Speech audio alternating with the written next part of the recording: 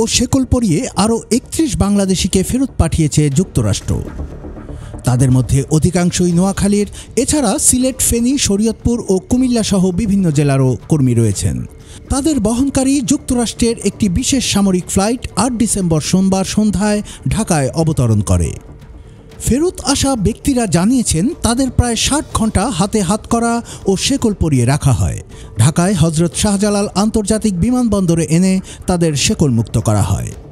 পরে বিমানবন্দর কর্তৃপক্ষের মাধ্যমে ব্র্যাকের পক্ষ থেকে পরিবহন সহায়তা সহ জরুরি সেবা দেওয়া হয়। ব্র্যাক মাইগ্রেশন প্রোগ্রামের সূত্রে জানা যায়, ফেরত আসা ৩১ জনের মধ্যে অন্তত ৭ জন বিএমইটির ছাড়পত্র নিয়ে ব্রাজিল গিয়েছিলেন এবং পরে ব্রাজিল মেক্সিকো হয়ে অবৈধভাবে যুক্তরাষ্ট্রে প্রবেশের চেষ্টা করেন। আশ্রয়ের আবেদন ব্যর্থ হওয়ায় আইনি প্রক্রিয়া শেষে তাদের দেশে ফেরানোর সিদ্ধান্ত নেয় মার্কিন কর্তৃপক্ষ। ব্র্যাকের মাইগ্রেশন ও ইউথ প্ল্যাটফর্মের সহযোগী পরিচালক শরীফুল হাসান বলেন, নথিপত্রবিহীন কাউকে ফেরত পাঠানো স্বাভাবিক হলেও ঘণ্টার পর ঘণ্টা হাতকড়া ও শেকল পরিয়ে রাখার বিষয়টি অমানবিক।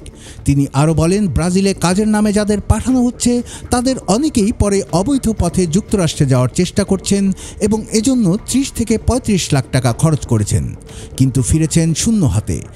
যেসব এজেন্সি এই কর্মীদের পাঠিয়েছে তাদের জবাবদিহির আওতায় আনার দাবি জানান তিনি। ডোনাল্ড ট্রাম্প দ্বিতীয় মেয়াদে মার্কিন প্রেসিডেন্ট হওয়ার পর অবৈধ অভিবাসীদের ফেরত পাঠানোর অভিযান আরও জোরদার করা হয়। ২০২৪ সালের শুরু থেকে চলতি বছরের আগস্ট পর্যন্ত ২২৬ জন বাংলাদেশিকে ফেরত পাঠিয়েছে যুক্তরাষ্ট্র, যাদের বেশিরভাগকেই এইভাবে হাতকড়া ও শেকল পরানো হয়েছিল।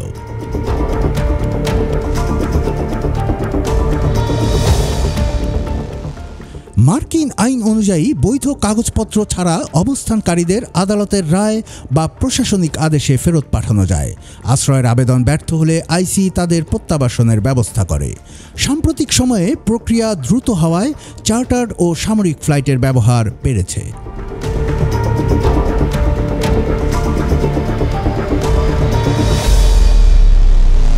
কুমিল্লার কাগজ, নিউজ ডেস্ক।